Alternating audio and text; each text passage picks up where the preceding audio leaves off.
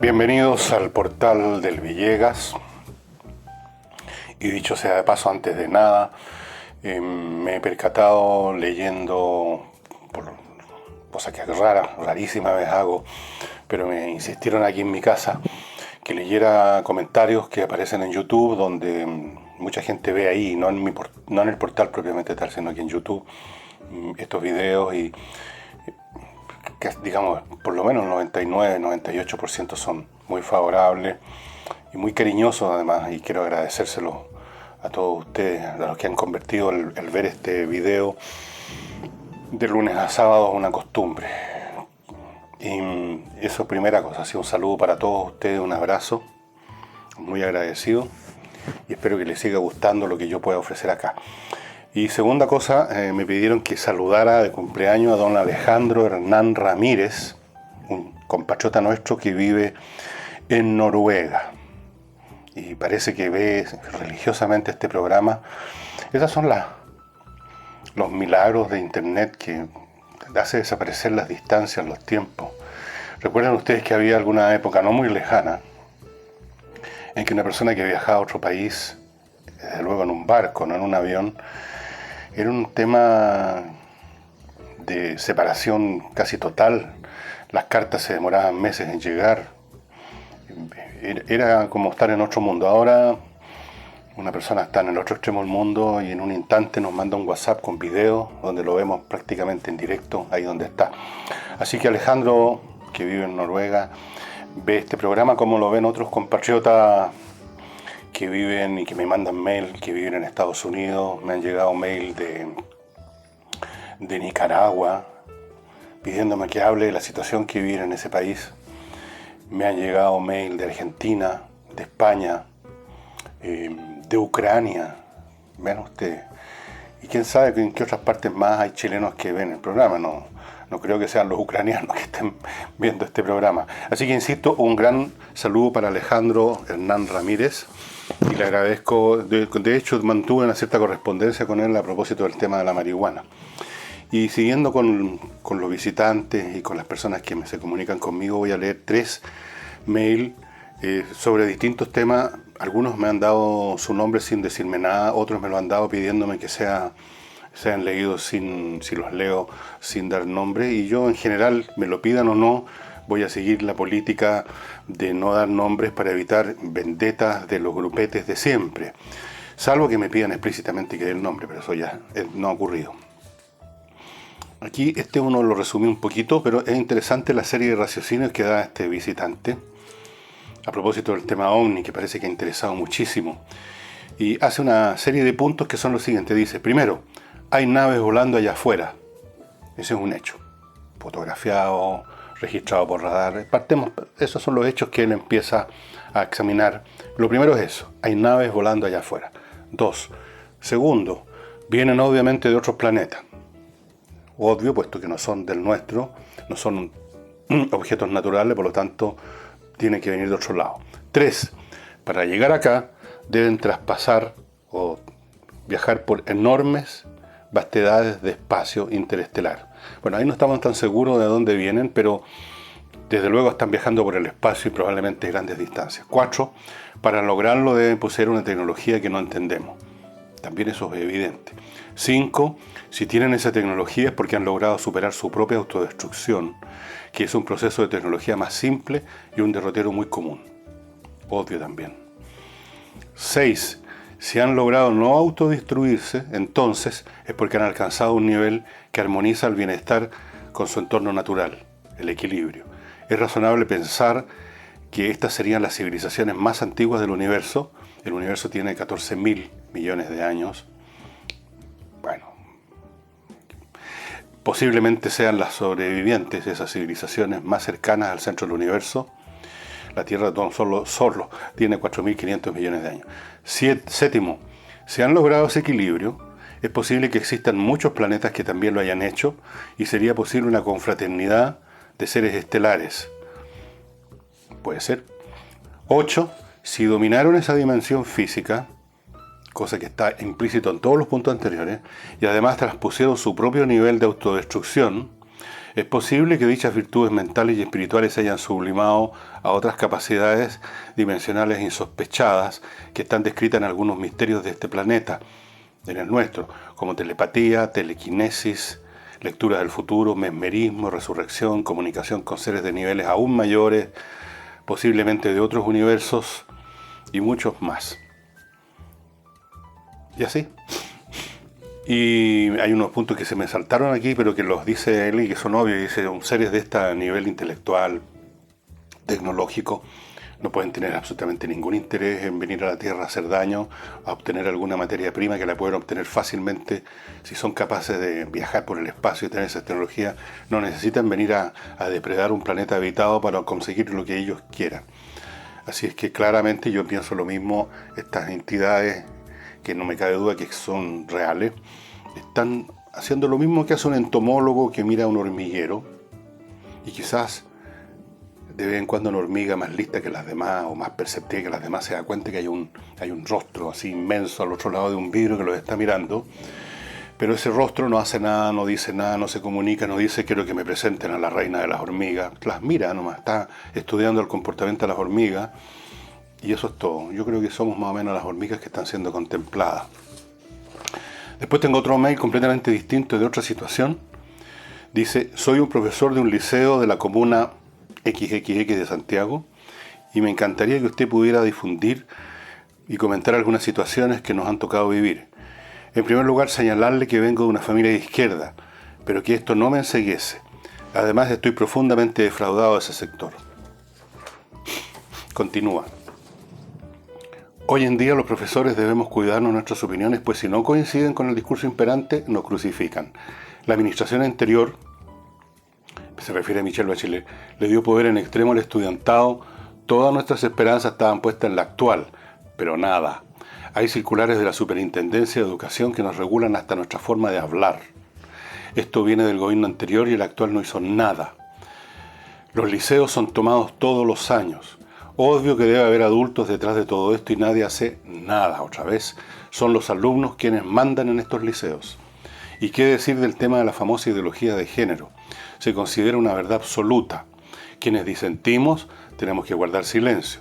Si no lo hacemos, podemos ser acusados de ejercer violencia de género. En fin, podría seguir enumerando situaciones, pero lo podemos dejar para un próximo contacto. Otro profesor, que tampoco voy a identificar, y así que no voy a dar ninguno de todos los datos que me da acerca de dónde vive, dónde vio lo que vio, etc. Dice, quiero comentarle cómo es el adoctrinamiento de los comunistas en los colegios. En el año 2011, y por cansancio en el trabajo, me fui a mi departamento ubicado a la entrada de, aquí menciono una comuna, frente al mall de esa comuna. Ese día había toma del colegio XXX y había sido prolongada. Me recosté en la cama y a eso de las 5 de la tarde comencé a escuchar el sonido de un megáfono y gritos de niños de hasta octavo básico en el gimnasio del colegio. Cuando puse atención a lo que decían en el megáfono, noté que no era nada sano. El relator decía, ¿quieren que gobierne el hueón de Piñera? Y los niños respondían, ¡no! ¿Quieren que gobierne el Partido Comunista? Y los niños respondían, ¡sí! Me indigné, fui a la salida del gimnasio y me encuentro con una patrulla de carabineros y un teniente, al cual le comenté la situación, y este me respondió, señor, no podemos hacer nada, solo acudir si los vecinos reclaman por ruidos molestos. Entonces le dije, estoy haciendo ese reclamo, y estando ustedes aquí, hagamos el trámite lo más rápido posible, a lo cual él me respondió, recuerde que los ruidos molestos son atendidos solo desde las 10 de la noche. En resumen, nadie hace nada y nadie quiere involucrarse en estos temas. Hoy trabajo cerca del liceo XXX y las cosas que veo cuando voy a almorzar, como chiquillas tiradas en el suelo tomando vino, cerveza, fumando marihuana y mostrando toda su humanidad, son dignas que sean vistas por la señora Proboste si es que le importan los niños de nuestro país. Y aquí otro mail de un profesor. Fíjense, me llegaron 3. O sea, creo que más incluso, pero seleccioné estos. Me pide, por supuesto, que no revele su nombre, pero él me lo está dando, lo estoy viendo aquí. Me dice de qué hace clases en un colegio. Me dice en qué colegio trabaja, en un colegio municipal, en algún sector, en alguna región de Chile. y dice, le voy a contar la realidad del día de hoy en el aula de clases. Hoy es muy difícil lograr desarrollar una clase sin que ocurra algún incidente, desde hechos pequeños y básicos, como un alumno copiando en una prueba, hasta faltas de respeto graves como son groserías, improperios y faltas generalizadas. Luchamos, los profesores, todos los días contra el idiotizante celular. Nos es imposible hacer clases de forma normal sin tener que pedir una y otra vez a los alumnos que por favor dejen de lado el teléfono, incluso en pruebas o trabajos evaluados. Muchas veces me ha tocado pedirle a estudiantes que guarden el celular y responden por lo bajo con palabras tajantes, fuertes e incluso con garabatos, olvidando totalmente que con la persona que están hablando es una autoridad. No se respeta ni siquiera al profesor. ¿Cómo les vamos a pedir que exista algo de respeto por el presidente del país? Cuando me doy el tiempo de desgastarme y exigir sanciones a aquellos alumnos, con suerte reciben una suspensión por un día, pero alguna sanción más allá de ello no se aplica. Un claro ejemplo fue hoy al pedirle a un alumno que trabajara en su proyecto de investigación, aquí está mal, en lugar de estar jugando en el computador. Le pido que por favor trabaje para que no tenga mala nota y que aproveche su tiempo. El alumno responde de forma agresiva. Le pido disculpas por las palabras a continuación, me dice a mí él. Wea mía, dijo el alumno, si trabajo en clase, mejor lo hago en mi casa y déjeme tranquilo. Esta situación que es fuerte es algo normal. Siempre he pensado que el respeto es lo fundamental, por lo cual frente a dicha falta, exigí que se aplicara el reglamento de convivencia del liceo, la famosa convivencia escolar que tarde, mal y nunca se aplica, comenta el profesor, y que se le aplicara suspensión al alumno. Fue suspendido por un día. Antes de salir del liceo me fue a decir, ahora resulta que si usted se pone a llorar por lo que le dicen me van a tener que mandar suspendido. Un acto de choreza y prepotencia absoluta. Segundo punto, dice nuestro profesor acá, la droga. Es una epidemia en nuestro liceo y aparentemente nadie hace nada. Todos sabemos quiénes son los alumnos que consumen y venden droga dentro del establecimiento, pero nadie se atreve a denunciar. Aquellos que han denunciado les han ido a robar a sus casas e incluso los han amenazado de muerte. Alumnos que son vendedores y consumidores habituales poco menos se jactan de que nadie les dice nada, se corren de clase, fuman en los baños y no existe ninguna sanción. Lo peor es que contaminan a los alumnos buenos y los meten en el vicio, los hacen dependientes y finalmente los vuelven sus matones. Es terrible luchar contra esto todos los días. ¿Qué podemos hacer para eliminar la droga en nuestro liceo? Finalmente dice algo de esperanza que hay en estas nuevas generaciones. Veo todos los días como profesor jefe de asignatura a cientos de alumnos que se parten el lomo para salir adelante, que luchan contra la violencia, las faltas de respeto y la droga para ser el día de mañana quienes logren sacar adelante al país. Y estos pocos alumnos son los que hacen que valga la pena seguir haciendo clases. Y por último, un periodista de una radio, que no voy a decir el nombre del periodista ni el nombre de la radio, por una de esas también lo retan por haberse comunicado conmigo, nos informa a propósito de un comentario que hice ayer de que no se había oído la voz de los profesores en este tema de la discusión del proyecto del gobierno que ahora se llama Convivencia Escolar. El presidente regional del Colegio de Profesores de Biobío, Boris Figueroa, dijo que ya era hora que los alumnos que no quieran estudiar den un paso al costado tras el anuncio del proyecto de la ley de aula segura. El dirigente gremial aseguró que esta salida de los estudiantes que protagonizan actos de vandalismo y desorden al interior de los establecimientos debe ser bajo un sistema legal. Por lo mismo manifestó que le parece correcta la iniciativa que los apartará de las aulas por la vía de la expulsión o cancelación de matrícula. También señaló que de todas formas se debe pensar en la reinserción de los escolares. Dijo además este presidente regional del Magisterio que reconoció que han habido estudiantes que consideran que los profesores son sus enemigos, ante lo cual dijo que lo que como docentes buscan es la integración futura de ellos en la sociedad para cumplir sus roles. Estos son los mails que he leído, que son una muestra muy pequeña de todo lo que recibo y de los temas de los profesores. Recibo, ustedes ven, así 3 así de un paraguaso ahora, y las historias son siempre más o menos las mismas. No es solamente un tema de político, no es solamente un tema de los chicos con overoles, tirando benzina, de los que toman los colegios semana por medio, el tema de la indisciplina, de la insolencia, y todo tiene una raíz común que ya vamos a examinar, porque esto no es casual. Un tema que tocamos hace tal vez una semana o un poco más fue esto que fue también motivo de muchos mails para mí, o sea, motivo de muchos asistentes a este portal que me mandaron mail sobre eso, que es la toma de una parte de la propiedad de Sokimich por una empresa china que se llama Tianqin. Como ustedes saben, Julio Ponce Lerú presentó un recurso a la Corte Suprema para impedir esa adquisición del 24% de Sokimich, aduciendo que se iba a producir una situación monopólica por la relación que a su vez Tianqin tiene con una empresa norteamericana, etc. Y la Corte Suprema, es cosa que preví, se las dije, esto es lo que va a pasar, la Corte Suprema rechazó el recurso. Así que Tianqin va a entrar a Sokimich. Y voy a repetir lo que dije en ese momento. Si se produce o no un monopolio, es menos importante que el hecho de cómo nosotros vamos en esa parada. Hay que tener cuidado con los chinos, digamos las cosas por su nombre. Los chinos tienen prácticas bastante depredadoras y a veces matonescas en materia de negocios, lo han demostrado allí donde se han metido. En África, donde hay tantos países a medio morir saltando, necesitados de recursos para robar, las élites ya se la meten todo al bolsillo. Los chinos se han hecho dueños de algunos países, literalmente. Se metieron aquí en Centroamérica también, para obtener de que no se reconozca diplomáticamente en ningún momento, no se haga ningún gesto de cercanía a Taiwán. Y para eso llegan con sus recursos agitando el fajo de billete. Así que los chinos son de cuidado, pero por supuesto uno puede poner control si tiene autoridades con los pantalones bien puestos, bien amarrados y que no se dejen convencer. Hay que tener cuidado, este es un recurso que hay que explotarlo ahora, es lo del litio. Si algunos creen que este va a ser como un recurso eterno para nuestros nietos, mentira, no va a ser un recurso para nuestros nietos. Va a pasar con el litio lo que pasó con el salitre. Llega un momento en que tecnológicamente hablando deja de ser un mineral tan valioso y sencillamente se convierte en nada. Como el salitre ahora. El salitre se sigue produciendo y vendiendo, pero una cantidad ínfima y con un peso insignificante en la economía nacional en comparación con lo que fue en su momento de gloria.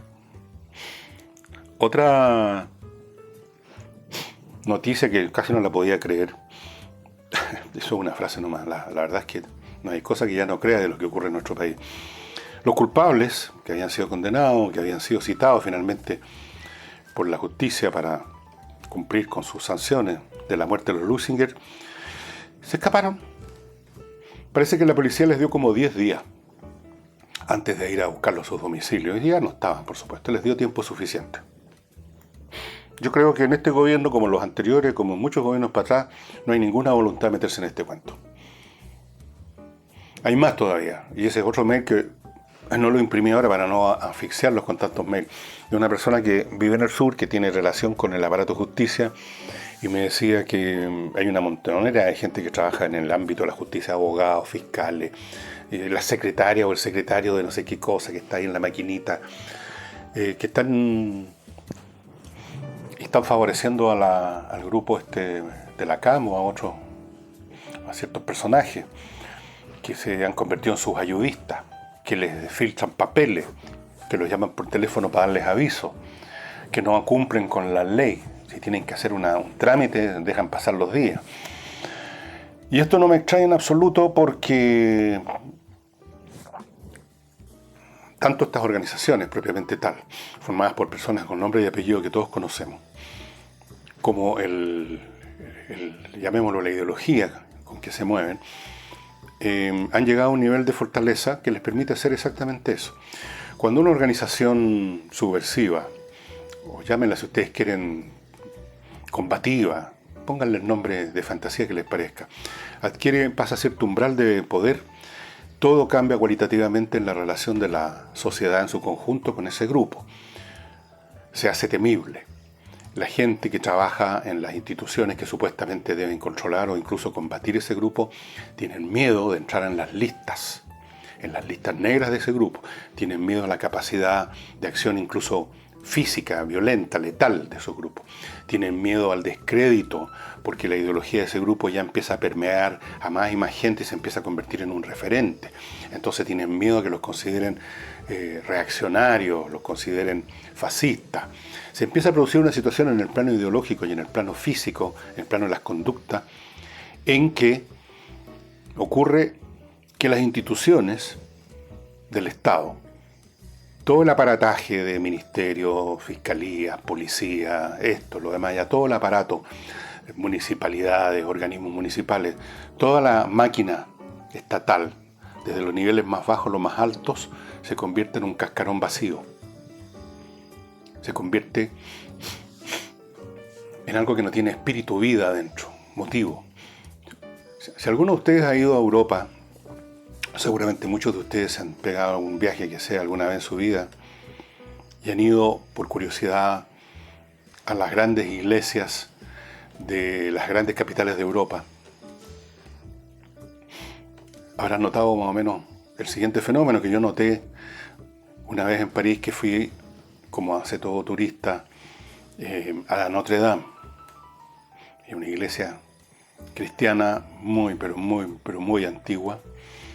Y cuando digo muy, pero muy antigua, digo muchos siglos. Y entré y me dio esta impresión, un cascarón, un tremendo edificio lleno de historia, pero no habían fieles. La única gente, habían un par de viejas, creo, sentadas en medio de la inmensidad de la parte central del templo. La única vitalidad que había era una fila de japoneses que iban sacando fotos, así que uno veía así como una cuncuna de gente a la distancia, porque es muy grande la iglesia. Al otro lado de la iglesia veía los destellos de los flashes a medida que iban avanzando y se fueron. Entonces ahí pensé, esto es un cascarón vacío. La cristiandad en Europa no tiene vida, en el sentido de que haya un número sustantivo de gente que cree en esto, que vive en función de los valores cristianos, que va a misa, que se confiesa, que comulga, salvo estas dos señoras que están ahí. Por lo tanto, esto es un cascarón vacío. Lo sentí como estar adentro, como si yo fuera un ser microscópico moviéndome por el interior de la cubierta de un caracol, vacía. Y eso es lo que pasa con muchas de nuestras instituciones a medida que el espíritu, que su credibilidad, que su legitimidad, que finalmente es el resultado de la relación que las personas tienen con esas instituciones, el grado en que uno cree en sus principios, en sus reglas, que uno está dispuesto a hacer lo que tiene que hacer. Cuando eso se desaparece, la gente que uno puede ver dentro de las instituciones son como zombies. Están ahí, porque van a cobrar a fin de mes un sueldo y tienen que estar presentes, pero no comparten el espíritu de esa institución. Y en el caso de estas personas que telefonean a los líderes de la CAM para avisarles que los van a ir a buscar o para avisarles que llegó un nuevo documento, un nuevo proceso y les cuentan todo, esas personas son los zombies de esas instituciones. Están ahí sentados, están ahí seguramente frente a la pantalla de un computador, como hacen todos los burócratas de Chile, están siempre frente a un computador, uno no sabe qué están haciendo. Y no están haciendo nada. Están de ayudistas del movimiento de la CAM. ¿Por qué? O por oportunismo, por miedo. No vaya a ser que, si digo que no, cuando se me acercó alguien a decirme, oye, colabóranos con nosotros, dinos, adviértenos cuando tal cosa, si digo que no, voy a ir a la lista negra y quién sabe lo que me puede pasar a mí o a mi familia. Y otros porque se convencieron de toda la narrativa de esa causa, de la causa mapuche. Y por consiguiente, cuando me dijeron, pasaron 10 días antes que la policía fuera a buscar estas personas, por supuesto ya no estaban, sentí que estaba otra vez en la catedral de Notre Dame, estimados amigos, y tuve la sensación que no es la única institución que se está convirtiendo en un cascarón vacío. Desde luego la educación. Usted entra a un colegio y aparentemente hay vida. Ahí están los alumnos, ahí están los profesores, ahí está el director, ahí hay una parte administrativa. Pero los alumnos no respetan al profesor, no les interesan las clases, los profesores entran a la clase y tratan de terminar lo antes posible para irse de ahí porque es desagradable. Entonces está muerto eso, es un cascarón vacío. Estoy hablando no de todos los colegios, pero estoy hablando de muchos colegios. Y esos muchos colegios dan una tónica, generan un patrón, específicamente en el ámbito de la educación pública. Los colegios privados, otra historia, probablemente, yo no sé. Los colegios privados debe haber un poco más de disciplina, debe haber un poco más de respeto, pero no mucho más, porque esto tiene que ver con un tema generacional también. Hay un escritor griego del año Ñauca, creo que del siglo VII o VIII antes de Cristo, se llama Hesíodo, que escribió un famoso libro que se llama Los días y los trabajos y los días, que tiene relación con la agricultura. Pero en alguna parte menciona el hecho de que de las edades por las que pasan las sociedades. Hay una edad de oro, podríamos decir la generación activa, motivada, coherente, que es capaz de muchas cosas, que es capaz de hacer crecer algo, que es capaz de hacer progresar una nación, en este caso eran las polis.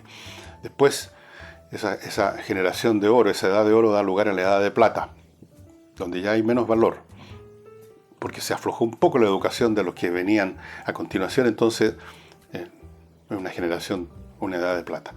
La edad de plata da lugar a la edad de bronce, la edad de bronce a la edad de hierro, ¿se fijan?